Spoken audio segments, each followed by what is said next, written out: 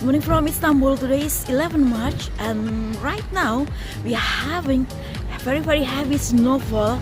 It is the biggest snowfall after the last time it was 1987.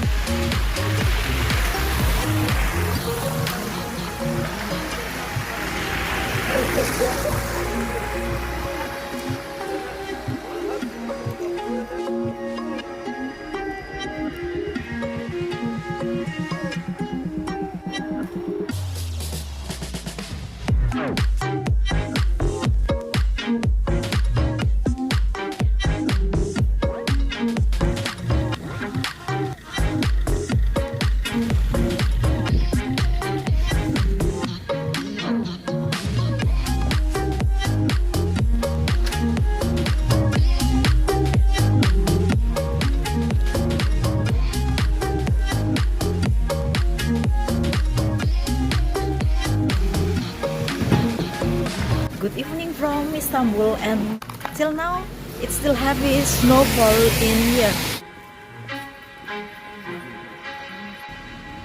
And this is small Hagia Sophia.